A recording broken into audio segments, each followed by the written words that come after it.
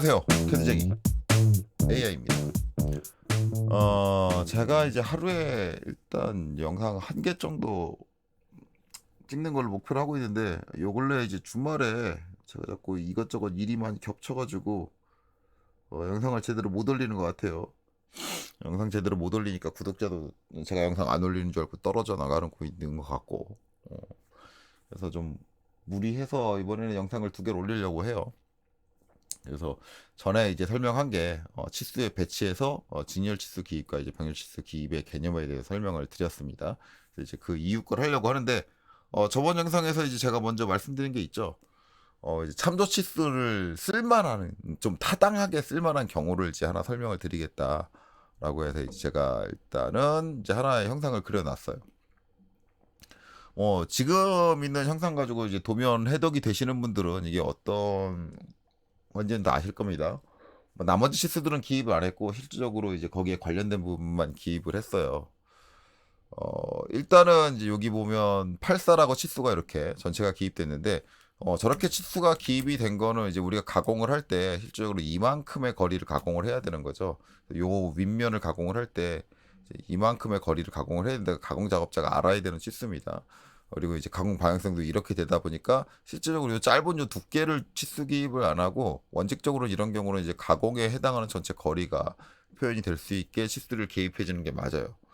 그 다음에 이제 요 구멍에 대한 거리인데, 구멍의 위치에 대해서 나와 있는 게, 이게 작업자가 작업하기 편하려면 솔직히 말하면 요 끝에서부터 여기까지 나와 이 거리를 적어주든지, 아니면 여기서부터 여기까지 거리를 적어주는 게 편합니다. 왜냐하면 우리가 치수를 재려면 지금 여기 거리가 어떻게 되냐면, 요 끝에서 요 구멍의 중심까지가 40mm다. 그렇죠? 이렇게 40mm 이렇게 돼 있고, 여기서 여기까지 52mm인데 이 구멍의 중심은 여기 있습니다. 그리고 이거는 막 구멍 하려면 이 측면에서 이렇게 들어와야 되는데 마킹을 여기다 해야겠죠. 그러면 이거를 가공 작업자가 여기 중심에서 여기까지 거리를 재기가 힘들어요. 이 52라는 거리를 재가지고 마킹하기 힘들어요. 뭐 방법이 없는 건 아닙니다. 이 중심 거리를 봐가지고 이제 이 측면에서 어, 이 여기를 기준으로 여기까지 40을 한번 기입을 하고, 그 다음에 여기서 이제 52만큼 쭉 기입을 하면 되는데, 방법이 없는 건 아닌데 어쨌든 이제 상당히 번거롭게 되는데, 이때 이제 요 8mm, 요쪽으로 8mm든 이쪽으로 8mm든 이 치수를 알면은 여기서 이제 그냥 요 단편적으로 8mm를 재서 기입을 하면 되니까, 이제 이 치수가 기입되는 게 더 좋겠죠. 근데 이제 문제는 뭐냐면, 얘의 키포인트는 여기 50이라는 치수에 플러스 마이너스 0.023이라는 정밀 공차가 붙어 있다라는 게 문제입니다. 그러니까 치수를 맞출 때 이 반드시 이 중심에서부터 여기까지 거리가 이 범주 안에 들어와야 돼. 정확하게, 정밀하게. 100분의 2를 넘는 거, 저건 정밀. 저거 이제 찾아보시면 아시겠지만 중심거리 허용차를 가지고 기입을 한 거예요. 이렇게 되는 거죠. 그래서 이렇게 공차가 필요할 경우에는 무조건 이 치수를 기입을 하는 게 맞습니다. 그렇죠? 그리고 가장 공차를 지시하고 있기 때문에 가장 중요한 치수고요. 자, 그럼에도 불구하고 이제 이 치수를 주는 게 좋다라고, 작업자가 작업하는데 편한 이 치수를 주면 편하다라는 걸 알고 있으니까 이럴 때는 이제 이렇게 기입을 합니다. 근데 이렇게 되면 뭐예요? 중고 치수 기입이 되죠. 왜냐면 이거 더하면 결국은 이거 더한 값이 나오니까. 그래서 이런 경우는 중요도가 떨어지는 치수를 참조 치수로 보냅니다. 참조 치수로 보내는데 얘는 중요도가 높잖아요.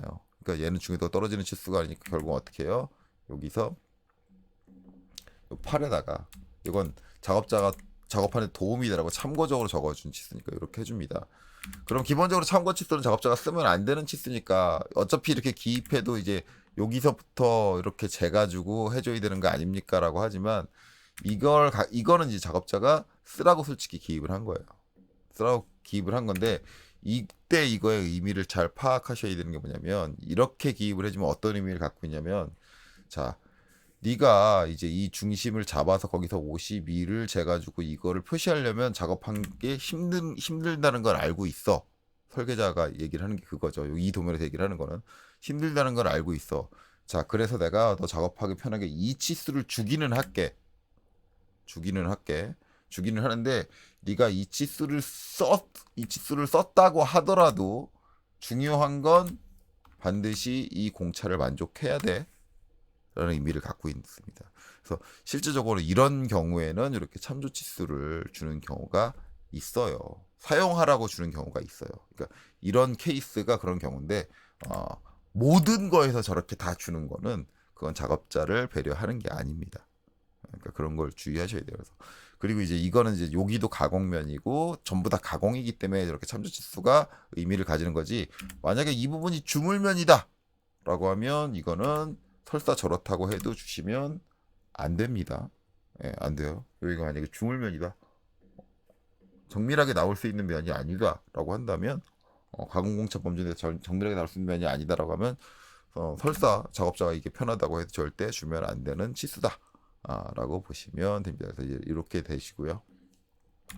자, 그다음에 이제 누진 치수 기입이랑 접촉 치수 기입 들어가기 전에 이제 한 가지 더 볼 건데 저번에 이제 직렬 치수 기입, 병렬 치수 기입을 이제 나누는 기준에 대해서 이제 공차가 적용되는 범주가 다르다. 그런 걸로 나눌 수 있다. 그리고 이제 공차 의미상 이제 주물 공차 같은 경우는 이 두께에 해당하는 공차를 의미를 하니까 두께가 이제 서로 적용되는 범위가 다르다면 직렬로 엮는 것보다는 이렇게 병렬로 나눠주는 게 낫다. 이렇게 해서 이제 우리가 직렬을 언제 사용하고 병렬을 언제 사용을 한다라는 개념을 했는데 자 그거 말고도 우리가 직렬 병렬을 나누는 또 한 가지 방식이 있습니다. 자 그래서 이제 예시를 그려놓은 게 이제 이렇게 됩니다. 이렇게 되는데 일단 어떤 판때기인데 판때기에 이제 탭 구멍이 이렇게 나 있어요. 나 있는데 지금 보시면 주변에 이렇게 가상선으로 이렇게 표시되어 있는 것들이 있죠. 이게 뭐냐면 이제 여기 있는 4개의 탭을 사용해서 이제 부착이 되는 물체의 영역을 표시해 준 거예요. 이 영역 표시는 꼭 들어가야 되는 건 아닙니다. 근데 이걸 여러분들한테 설명하기 위해서 영역 표시를 하는 거예요. 물론 이제 작업자나 설계자의 특성에 따라서는 이렇게 영역을 미리 잡아가지고 이 물건이 이렇게 한 세트로 붙을 거야. 즉 이 4개의 탭구멍이 이제 하나의 물건을 고정하는 데 사용되는 거야. 이렇게 알려주는 경우도 있는데 그건 어차피 이제 설계자의 판단의 기준이고 아니면은 그 회사의 특징이고 뭐 회사마다 이제 저런 걸 꼭 기입해줘라라고 하는 회사도 있어요. 이제 그런 건데 저는 이제 여기 설명하고 싶은 거는 지금 보면 이제 여기 있는 가상선으로 되어 있는 사각형은 사이즈가 똑같죠. 예, 눈으로 봐도 똑같습니다. 그리고 이제 여기가 다르다. 그리고 작은 사각형을 이제 저는 A 부품, 그다음에 이제 큰 사각형을 B 부품이라고 부를 건데, 자 어쨌든 여기 있는 탭 구멍들의 중심의 위치는 전부 다 가공입니다. 전부 다 가공이니까 뭐예요? 전부 다 같은 공차의 범주를 사용을 하는 거죠. 가공 공차, 일반 공차. 가공의 일반 공차를 전부 다 따르고 있습니다. 이렇게 되면 같은 공차의 범주를 사용하니까 뭐가 가능하냐? 직렬로 치수 기입이 가능합니다. 전부 다. 그런데 이렇다고 해서 무조건 다 직렬 치수 기입을 하는 거냐? 그러니까 이렇게 하면 가공 공차가 같으니까 이제 직렬 치수 기입 가능합니다. 그리고 의미도 크게 다르지 않아요. 그러니까 사용할 수 있습니다라고 할 수 있지만 일반적으로 실무에 가보시면 이렇게 사용하지 않습니다. 자, 우리가 이제 병렬 치수 기입을 할 때 이게 이제 뭐 공차의 범주가 다르다. 아니면 공차가 갖고 있는 의미가 갖는 그 범주가 다르다. 뭐 그런 거 말고도 이제 또 한 가지 볼 수 있는 게 이제 이게 서로 이제 연관이 되는 게 어떻게 연관이 되느냐를 구분하는 방식으로 볼 수 있어요. 조금 이제 이렇게 직렬 치수 기입을 하면 만약에 이제 가상선으로 이제 부착되는 부품을 해주지 않으면은 약간 의미가 애매합니다. 이게 이제 어떻게 되는 거지? 구성이 이게 그냥 전부 다 하나의 부품을 부착할 때 쓰는 건가? 뭐 이렇게 오해할 수도 있고요. 그렇게 되는 거죠. 그래서 치수 기입을 어떻게 하느냐에 따라서 이제 저거를 사용하는 부품이 어떻게 되고 저게 어떤 용도로 사용되고 그 용도가 구분이 되는지 안 되는지를 우리가 볼 수가 있는데 그런 의미에서도 우리가 병렬 치수 기입을 사용을 합니다. 그래서 이제 옆에다가 제가 예시로 이렇게 했죠.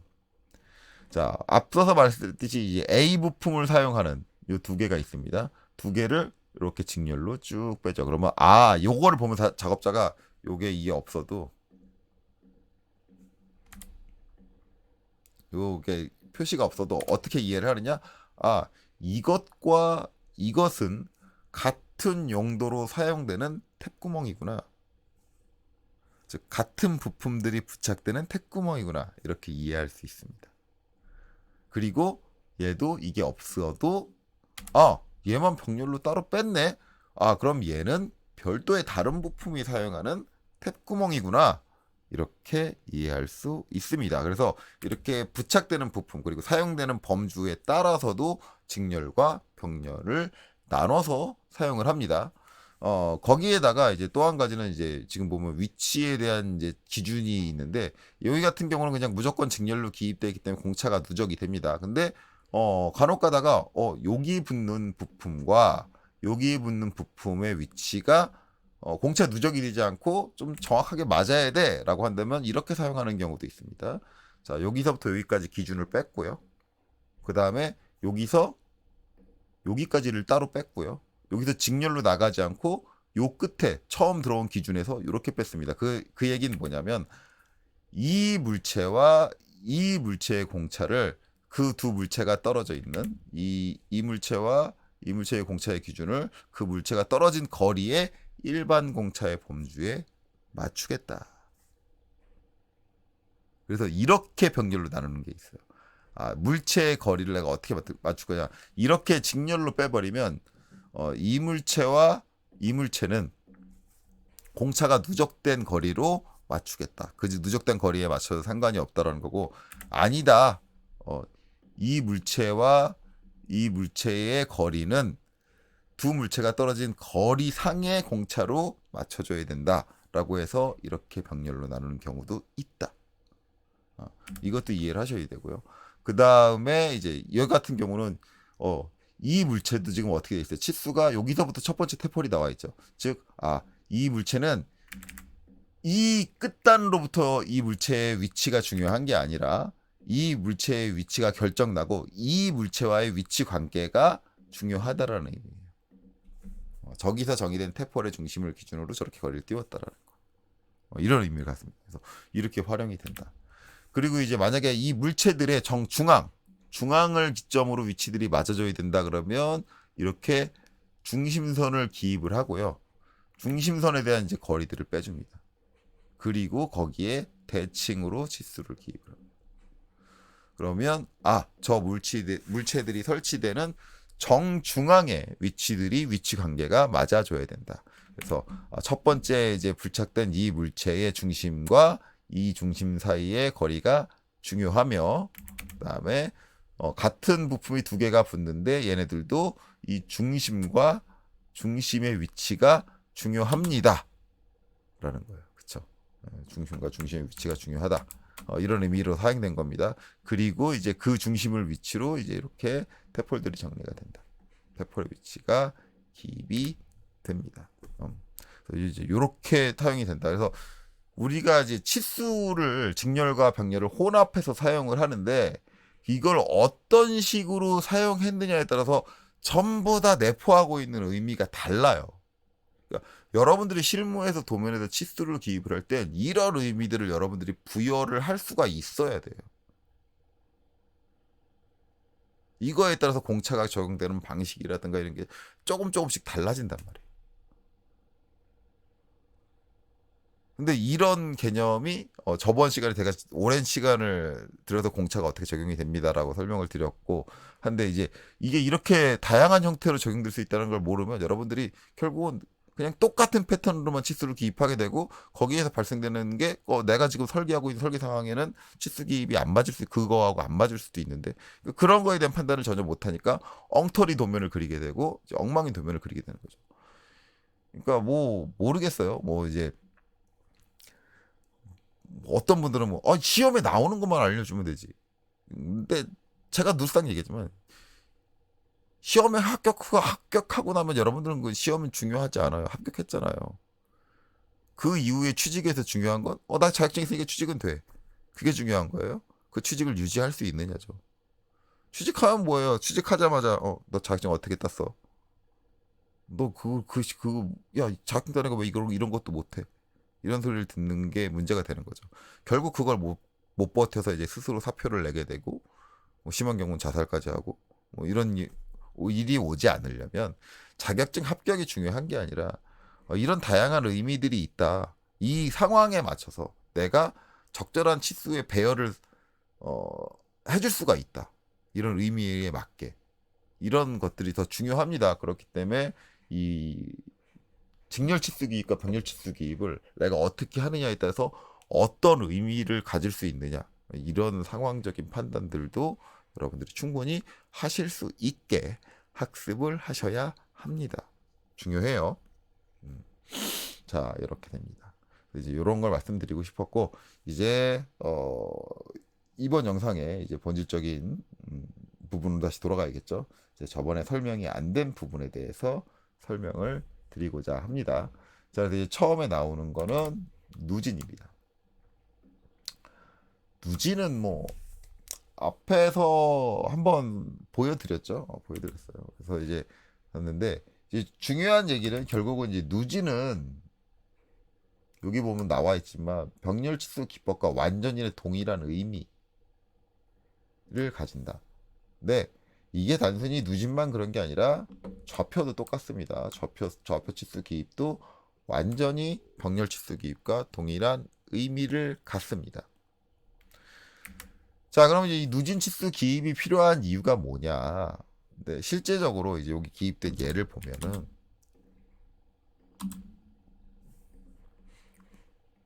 얘를 가지고 이제 보면은 병렬치수 기입을 했는데 지금 보면은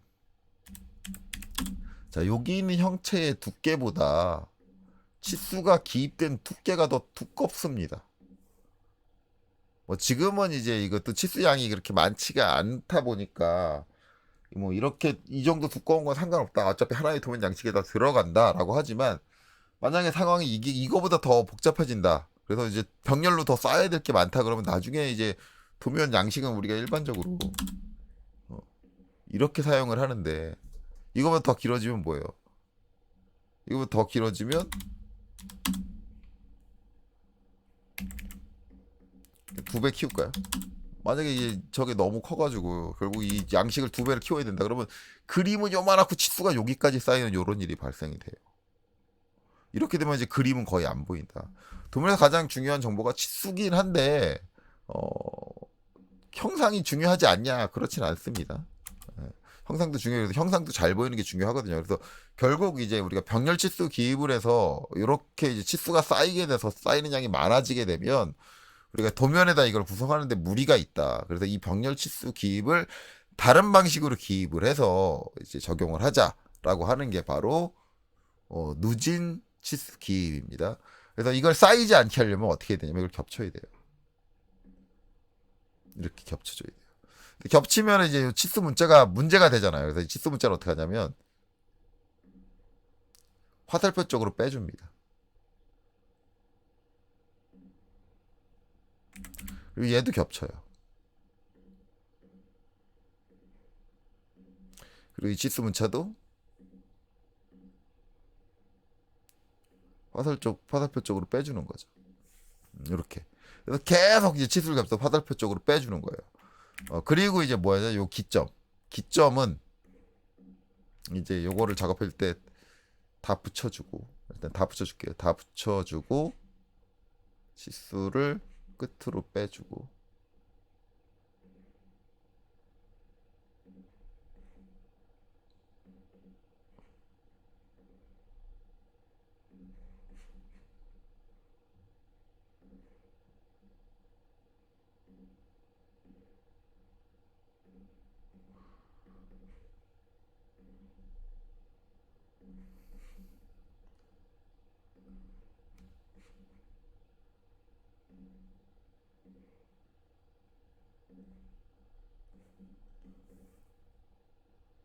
마지막 하나까지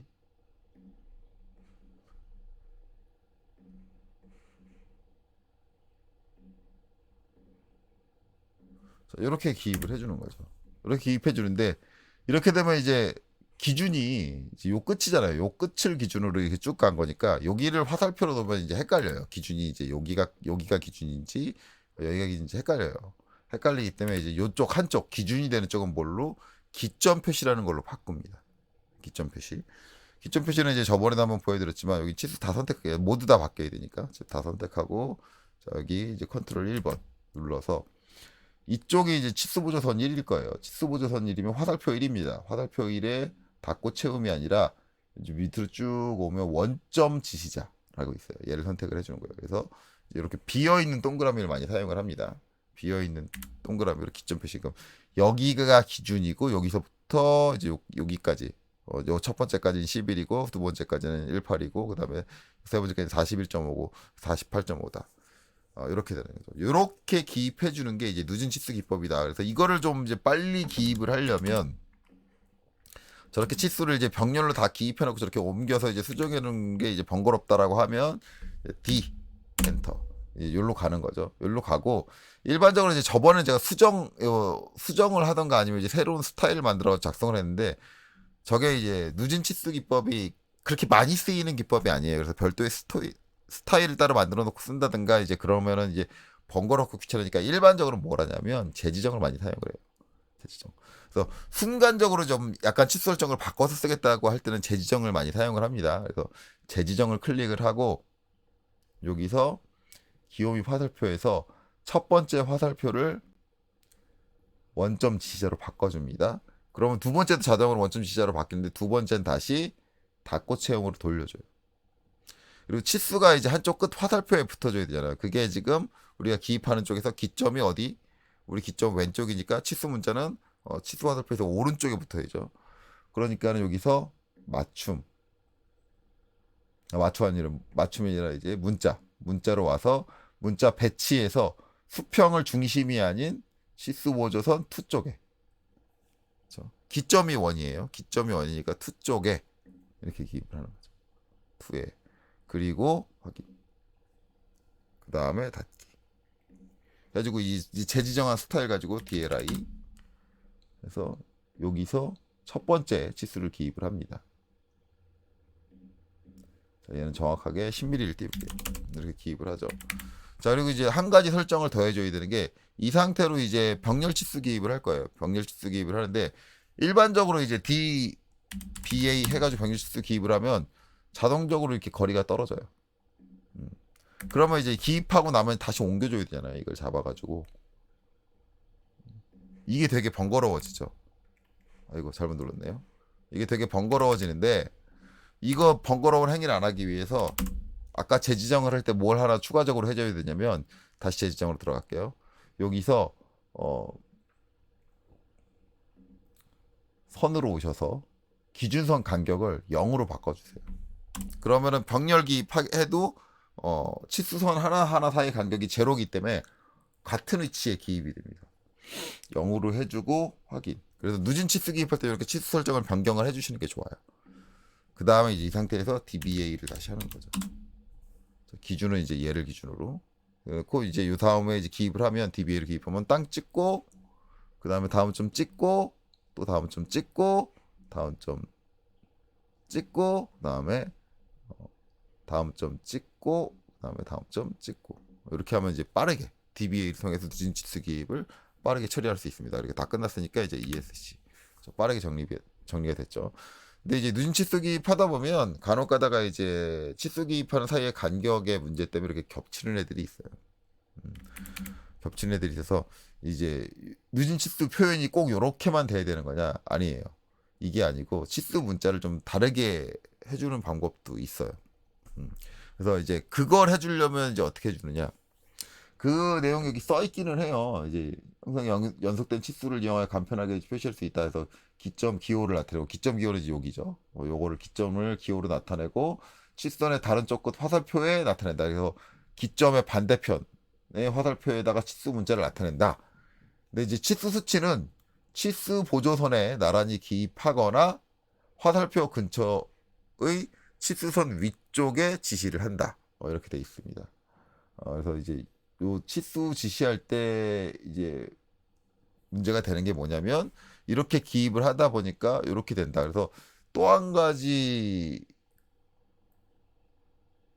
이제 여기서 이제 나타내고 있는 게 치수 수치는 치수 보조선에 나란히 기입하거나 하고 이제 화살표 근처에 치수선 위쪽에 지시를 한다. 이렇게 나와 있는 말이 저 말 자체로는 이해가 잘 안 하는데 꼭 이렇게 기입하는 게 아니라 하나 치수를 깰게요. X.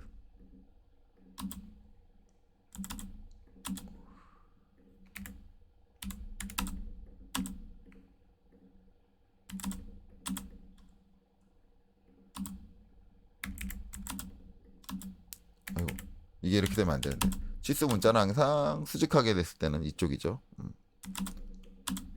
상부가 저쪽으로 오게.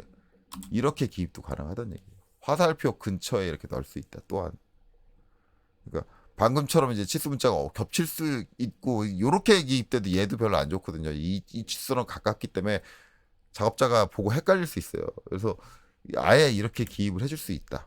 이걸 얘기를 하는데 이런 식으로 만약에 기입을 해야 되겠다고 판단하면은 이런 식으로 기입하는 건 별로 좋지 않습니다. 그래서 만약에 저런 식으로 이런 식으로 기입을 해야겠다라고 판단이 되면 어떻게 작업을 해야 되냐면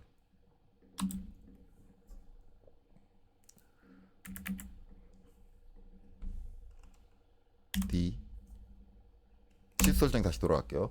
자, 재지정한 스타일에서 빠져나오려면 그냥 여기 그냥 도면층 미사용을 제가 쓰고 있었죠. 이거를 더블 클릭을 하고 확인 눌러주면 재지정이 사라집니다. 다시 원래대로 돌아오죠. 그래서 잠깐 치수 스타일을 잠깐만 바꿔서 할 때는 재지정해 주는 게 편해요. 저렇게 들어오는데 그래서 이제 이런 작업을 할 때 대부분 이제 어떤 식으로 작업을 하냐면 이런 걸 많이 해요. 보고 자 간격은 10mm 띄울 거니까 10mm 이렇게 빼주고요. 자 여기서 이제 DOR을 쓸 겁니다. DOR은 이제 여러분들은 제가 치수기 설명할 때 뭐냐면 좌표 치수기법이라고 얘기했죠. 그래서 좌표로 나오게 해주는 겁니다. 좌표로 나오게 해주는 건데 DOR을 쓸 때는 이제 기점이 어디냐면 요 끝에잖아요. 중요한 거는 좌표 치수 기입할 때 그냥 DOR 해가지고 여기서 치수를 이렇게 빼보면 선의 형태로 이렇게 나오죠. 요게 지금 보면 이렇게 붙어있는 요 형태잖아요. 요 형태로 나오기는 나오는데 값이 우리가 원하는 값이 안 나와요. 여기서 11이 나와야 되는데 엉뚱한 값이 나오죠. 대체해서 내려놓을게요. 여기다 딱 이렇게 내려놓으면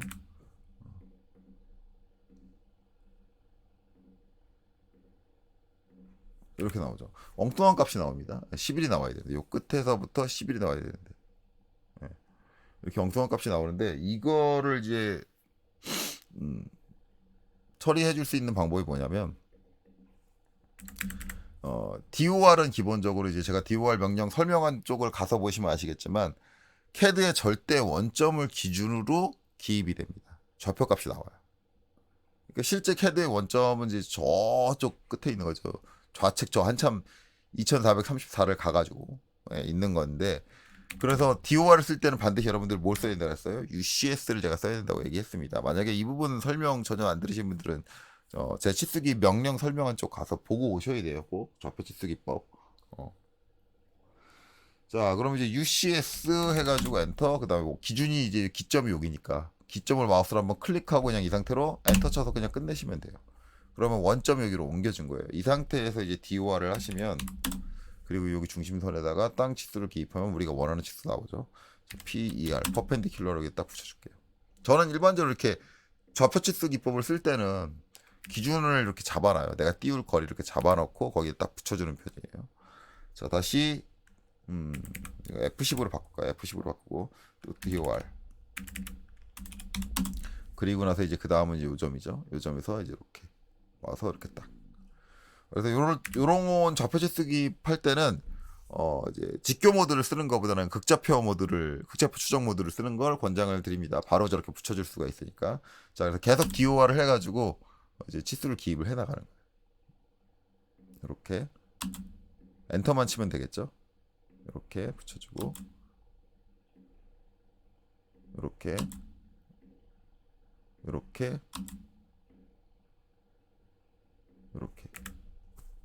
이렇게 되는 건데 실질적으로 얘랑 좀 다른 게 이게 원래는 솔직히 말하면 이게 늦은 치수 기법이면 이게 치수 보조선이 이렇게 딱딱딱 정리가 되고 그다음에 얘가 이렇게 올라간 형태보다는 이렇게 딱 내려온 형태가 더 나아요. 근데 이렇게 늦은 치수 기법을 이렇게 쓰기도 합니다. 이렇게 되는데 문제는 이제 늦은 치수 기법이면 이거랑 이제 요 기점 표시가 있어야 되잖아요. 그래서 뭘 해주냐면 여기서 이제 DLI를 한번 해줘요. DLI를 한번 해주고 찍고 찍어서 이제 요걸 하나 만들어줍니다. 요걸 하나 만들어주고 그다음에 이 치수를 더블 클릭해서 이 치수를 더블 클릭하는 게 아니라 이거를 선택을 하고 그다음에 컨트롤 1번을 눌러서 여기서 첫 번째 화살표를 원점 지시자로 바꿔줍니다. 그리고 X 눌러서 닫아요. 닫았으면 이제 여기까지 됐죠. 자 여기까지 됐으면 지금 요 화살표하고 글자하고 너무 가까우니까 얘는 좀 빼줄게요. 얘는 좀 살짝 밑으로 더 빼줄게요. 그럼 얘도 이제 문제가 될 것 같으니까 얘도 좀 빼줄게요.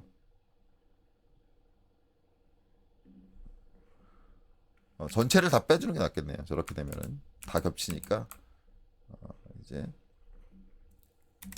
한 2mm 정도 더 빼고 얘는 다시 2mm 올려줄게요. 이렇게 되면 화살표가 겹치는 문제는 사라졌겠죠. 이렇게 해놓고 그 다음에 이제 익스플로드 X로 얘를 깹니다. 깨고 제가 치수 잡기에서 그려놓은 요 선이 있잖아요. 이거는 트림으로 여기서 잘라요.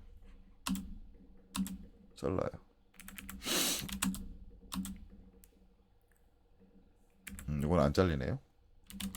여기서 연장으로 모서리를 연장으로 놓고 잘라주면 되겠죠. 자, 그래 놓고 이제 얘는 가는 실선으로 바꿔줍니다.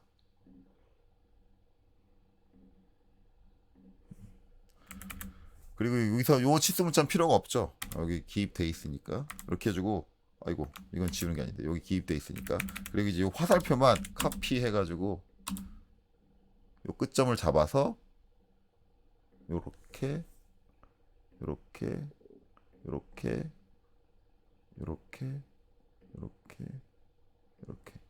요렇게 기입해줘요.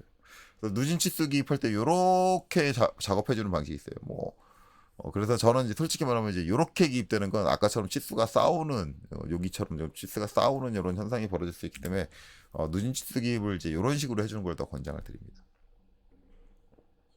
이쪽으로 하는 게 이쪽에서 작업이 수월할 거예요.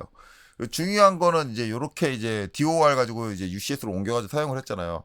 이 UCS 옮겨놓은 상태에서 계속 유지하면 나중에 도면 작업할 때 뭔가 이제 팅하고 튕겨서 날아가거나 뭐 그런 현상들이 발생하기 때문에 UCS는 항상 쓰고 나면 원래대로 돌려줘야 됩니다. 그래서 UCS 원래대로 돌릴 때는 UCS 하고 엔터.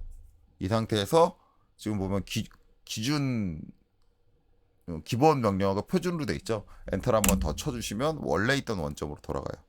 그래서 꼭 UCS 쓰고 나면 다시 원래대로 돌려줘라. 그래서 뉴진 치수 기입해주는 방식이 이제 이렇게 해주는 방식과 이제 이렇게 해주는 방식이 있다. 이제 정확히 말하면 이제 요게 이제 여기서 이렇게 오는 쪽이 더 좋긴 한데 거기까지는 상관없어요. 이것까지는 굳이 이제 상관없고, 이게 이제 전산환경 기능사에서는 쓸 일은 없을 거예요. 그쪽에서는 쓸 일이 없으니까 실무 쪽에서 사용하는 거기 때문에 실무 쪽에서는 꼭 이런 형태로 안 쓰고 이런 형태로 써도 상관없다. 그런 거 이해하시면 되고, 거의 대부분 이제 3D CAD에서 좌표 치수 기법을 하면은 이 선이 같이 나올 거예요. 왜냐면은 기본적으로 우리가 이제 3D CAD에서 생각하는 좌표 치수 기법은 좌표 치수 기법이라 KS 규격에 정의된 좌표 치수 기법이라기보다는 누진 치수 기법이에요. 근데 누진 치수 기법이나 좌표 치수 기법이나 같은 의미를 갖고 있기 때문에 차이는 없습니다. 똑같은 거예요. 그래서 이제 이렇게 누진 치수 기입한다. 그러면은 얘가 병렬을 그냥 하나로 합쳐주기 위해서 병렬 때 발생되는 요 두께를, 치수가 쌓이는 두께를 없애주기 위해서 사용하는 방법이기 때문에 기준이 하나인 건 똑같고, 공차도 똑같이 저쪽 끝을 기준으로 하나의 치수에 대해서만 적용되는 것도 똑같고, 그러니까 모든 게 다 병렬 치수 기입하고 같다. 단지 이 두께를 줄이기 위한 하나의 표현의 방식의 변화일 뿐이다라고 생각을 하시면 돼요. 즉 누진 치수 기입은 그냥 병렬 치수 기입이다라고 생각을 하시면 됩니다. 그리고 이제 그 마지막에 나오는 게 이게 병렬 치수 기입이다 보니까 이제 직렬 치수 기입과 혼합해서 쓸 수 있다. 누진 치수 기입에서도. 그러니까 만약에 내가 누진 치수 기입을 여기까지 했다. 아이고 다 지우면 안 되는데, 만약에 이제 여기까지 했다라고 한다면 또 다 지워버렸네. 이렇게만 지워야겠네. 이렇게만 지우고 여기는 이렇게 화살표만 지우고, 그 다음에 만약에 내가 여기까지만 했다라고 한다면 요 뒤에서 직렬로 이렇게 치수 기입할 수 있다. 그래서 밑에 있는 내용은 이렇게 누진 치수 기법과 직렬 치수 기법을 섞어서 쓸 수도 있다. 그러니까 병렬 치수 기입하고 같은 거니까 이렇게 사용을 해도 됩니다. 이렇게 사용을 가능하다라고 보시면 되겠고요. 그 다음에 이제 나온 누진 치수 기법은 이제 이런 거고, 좌표 치수 기법이 나오죠. 좌표 치수 기법인데, 이제 기본적으로 좌표 치수 기법이 세 가지로 나오는데, 솔직히 말하면 이 3번은 좌표치수 기법이 아니에요. 이거에 대한 설명이 좌표치수 기법에 대한 설명이 아닙니다. 왜 이걸 여기 3번으로 놨는지 저는 케이스 규격을 이해를 못하겠어요. 이거는 차라리 그냥 5-5 해가지고 별도의 항목으로 만들던가 했어야 되는 건데 이게 아니고요.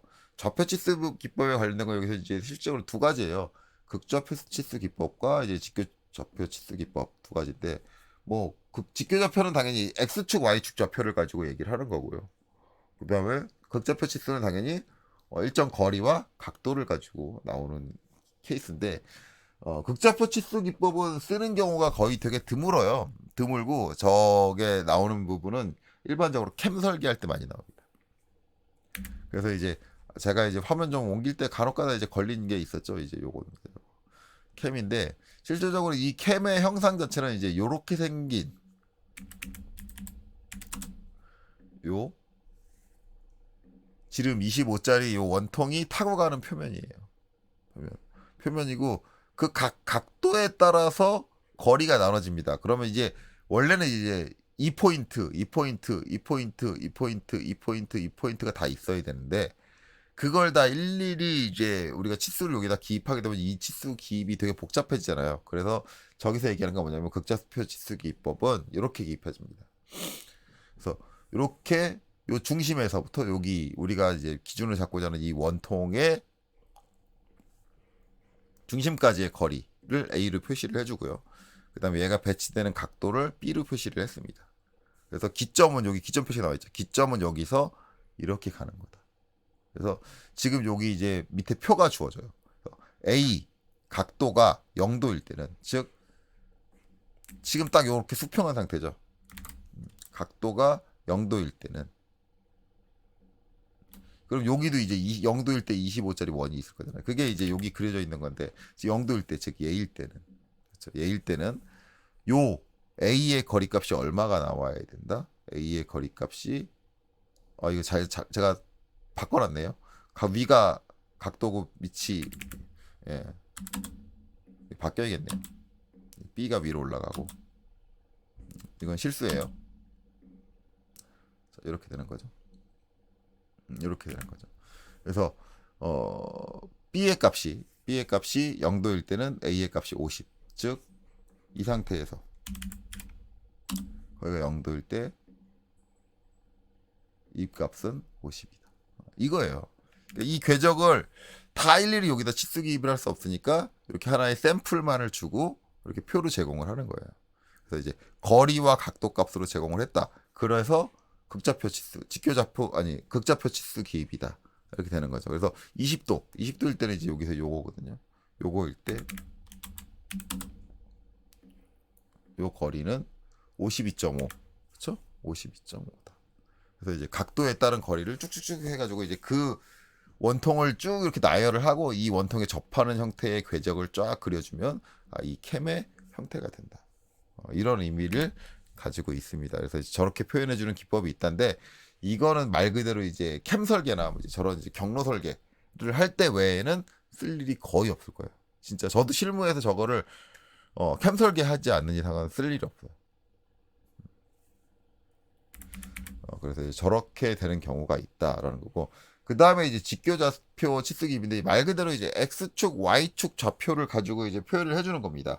그런데 이거는 사용하는 게 결국은 이 직교좌표 치수 기법은 뭐냐면 누진 치수 기법이나 병렬 치수 기법하고 같은 거예요. 그러니까 하나의 기준을 정해놓고 그 기준에서 x 좌표를 나열을 해준 거. 근데 아까 우리가 이제 누진 치수 기입을 이렇게 했지만 결국은 이게 뭐예요? x축 좌표죠. 요 점을 기준해서 x축으로 11mm, x축으로 18mm, 그 다음에 x축으로 41.5mm 이거잖아요. x축 좌표고 여기서 뭐예요? y축도 똑같이 이렇게 누진 치수 기입을 하면은 그게 y축 좌표가 되는 거잖아요. 두 개를 조합하면 x축, y축 좌표가 되는 거잖아요. 그러니까 결국은 이제 직교좌표 치수 기법은 누진 치수 기입이랑 병렬 치수 기입과 같은 내용이란데 단지 이제 이게 케이스 규격에 예시가 나와 있는 거 어떤 식으로 나와 있느냐? 이제 그거에 대한 도면을 제가 따로 하나 준비를 했는데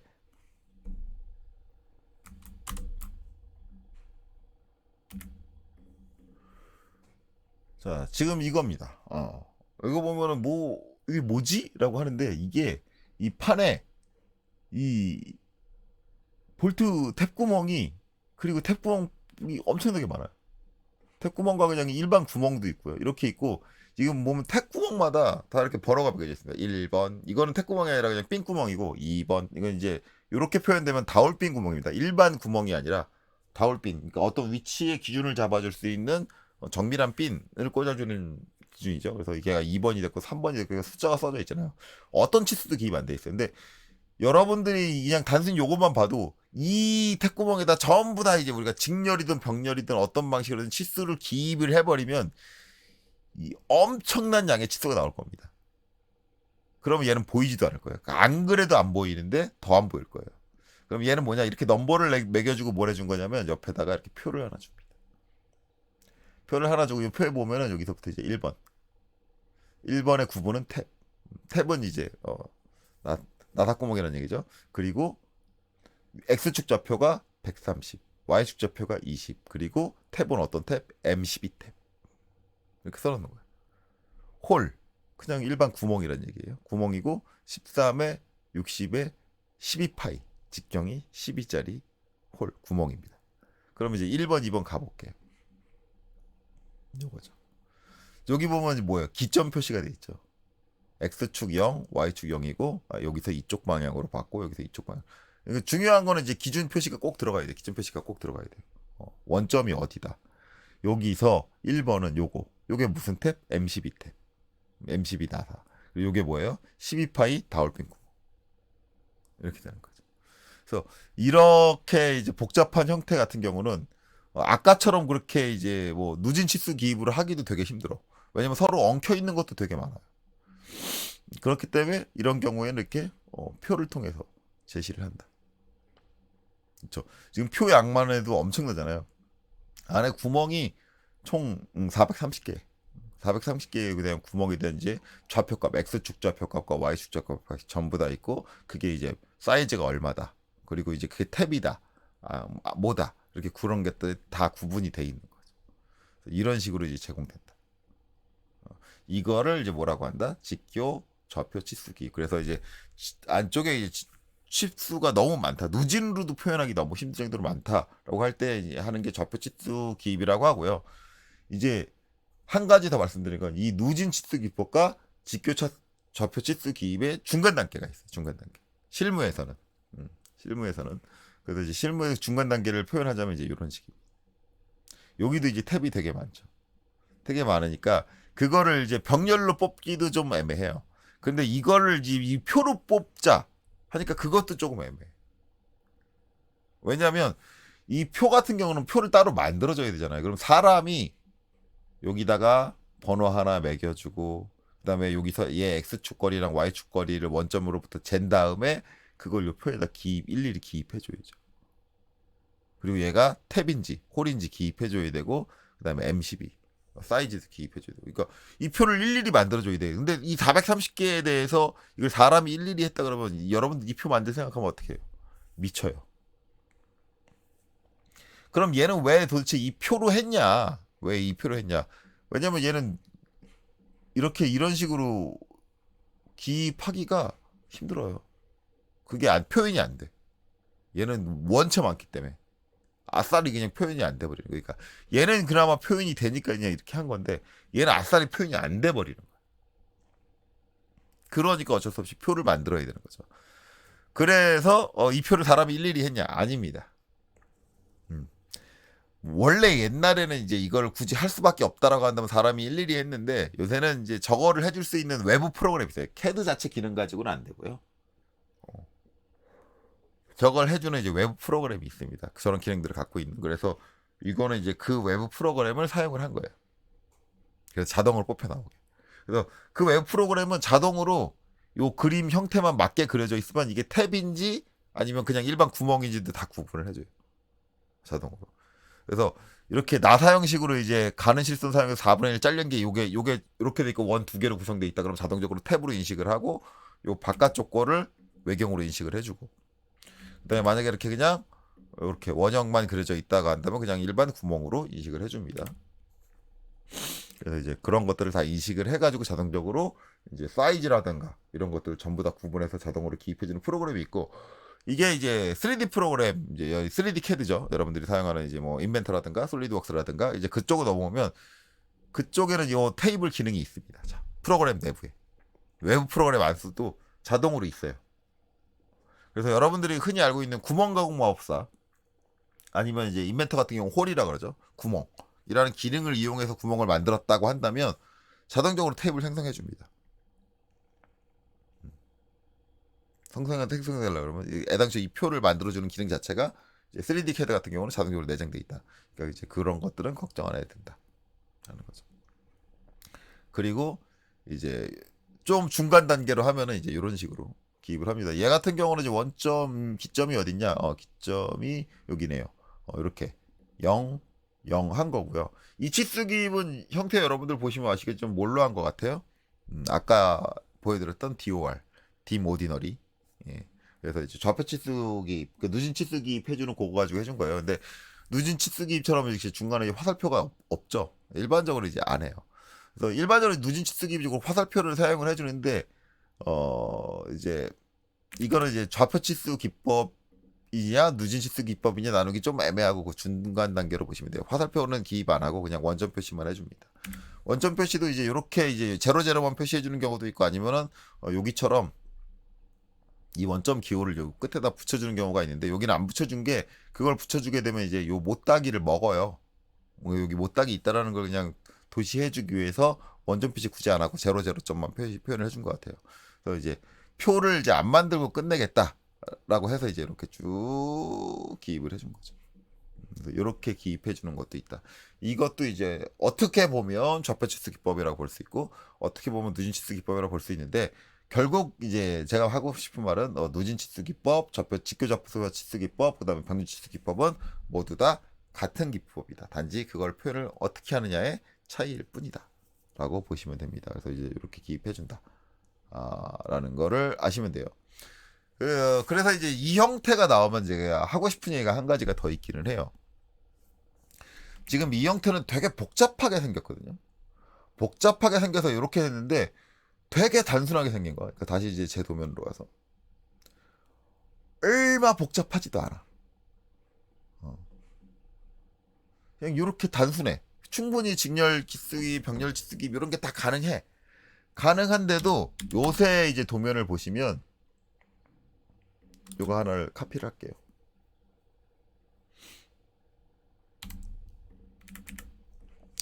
요새 도면을 보면은 이제 어떤 도면들이 있냐면 자 UCS 제가 치수 기입을 해야 되니까 자 여기를 원점으로 잡을게요.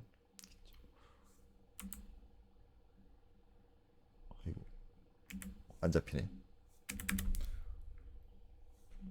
잠깐만요.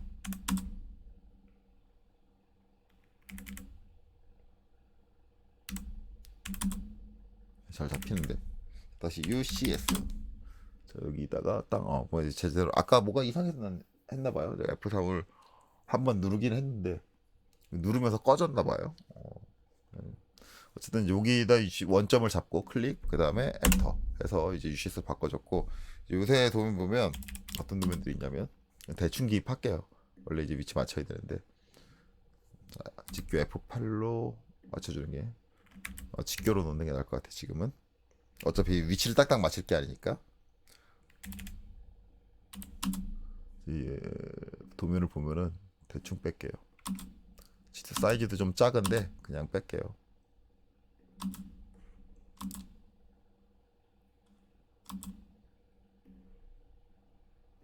기입하고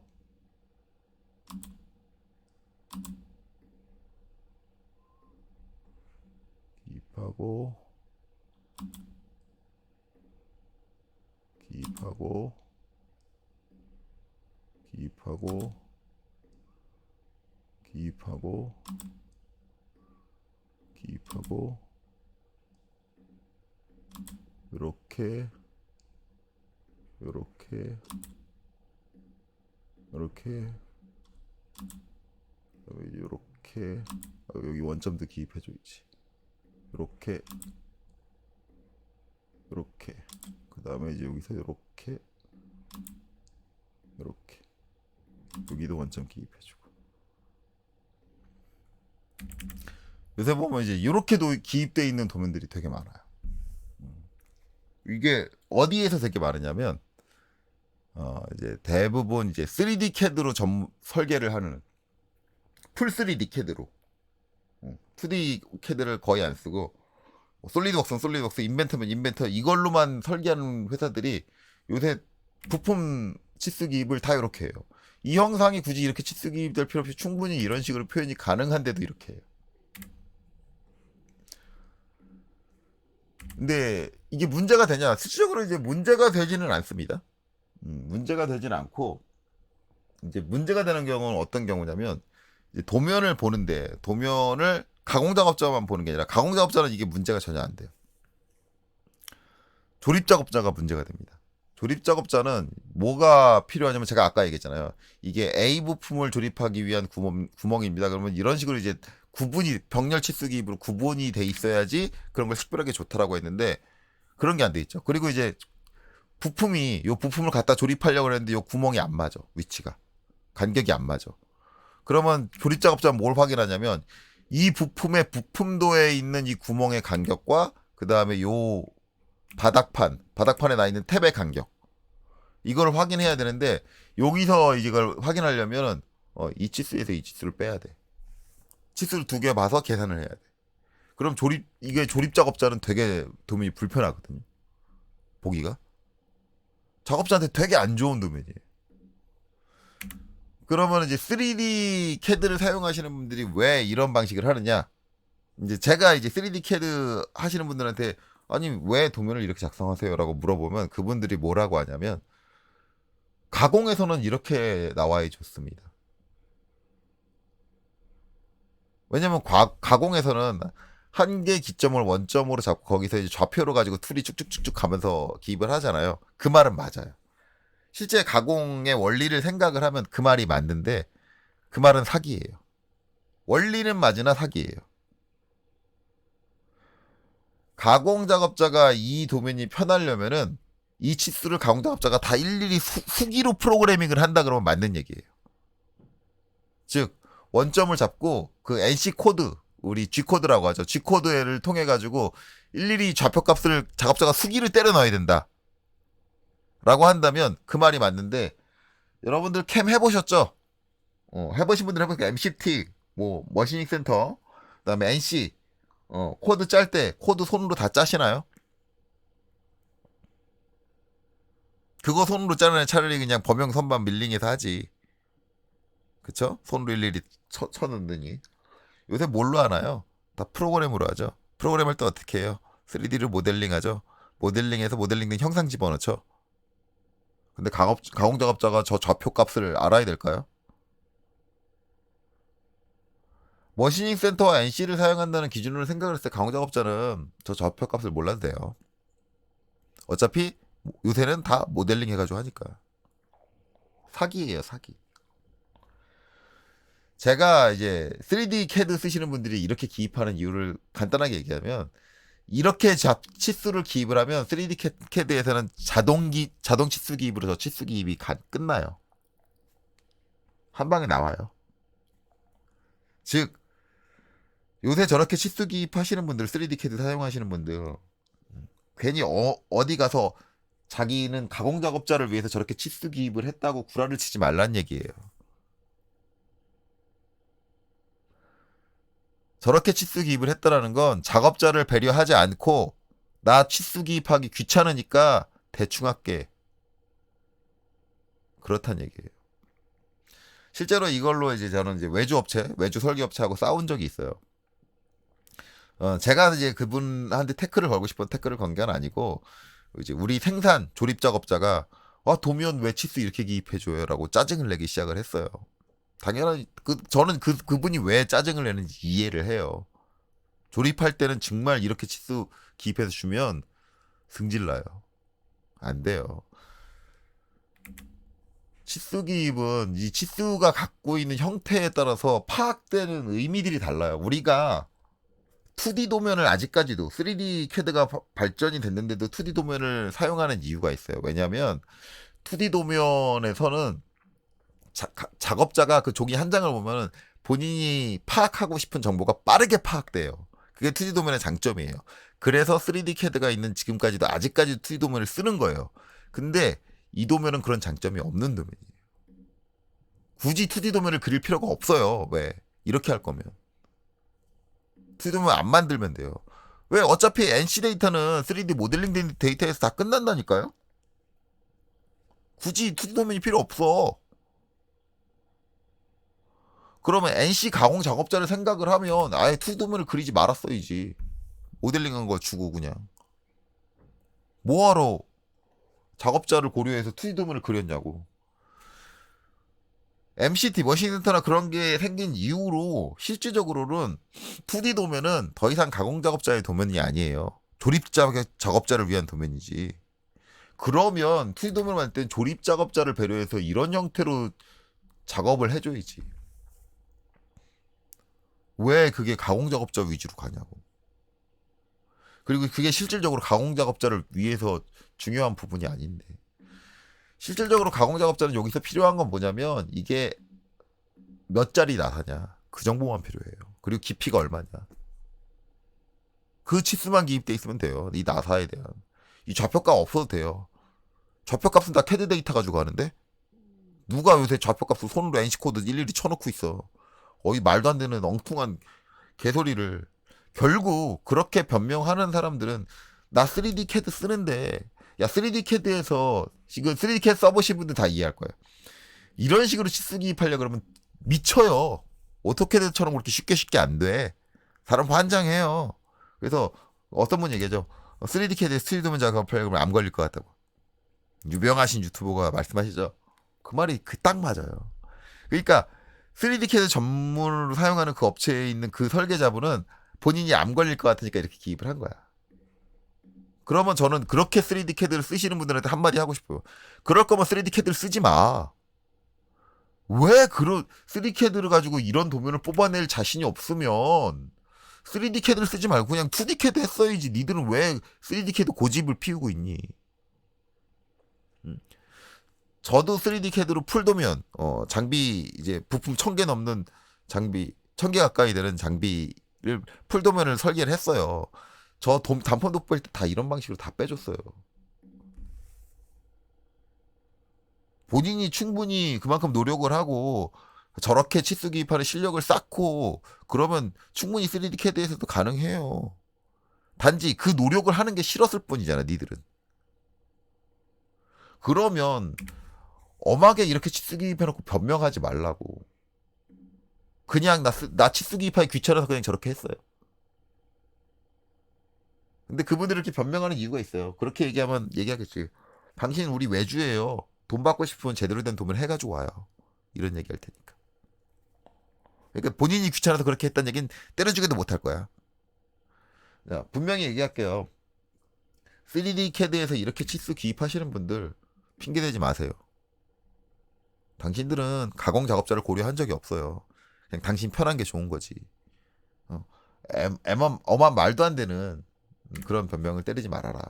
그리고 제가 여기서 하고 싶은 말은 앞으로 이제 여기서 3D CAD까지 공부하실 분들이 분명히 계실 텐데 절대 이렇게 기입하지 마세요. 3D CAD 스튜디오 뽑을 때 이거 아니에요.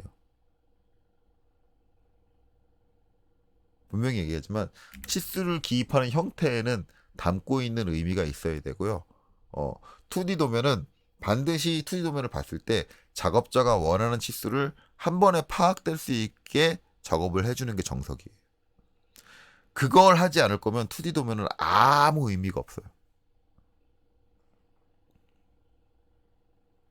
3D 도면이 활성화된 지금 이 시점에도 아직까지 2D 도면을 전개하는 이유는 그것 때문에 전개하는 거예요.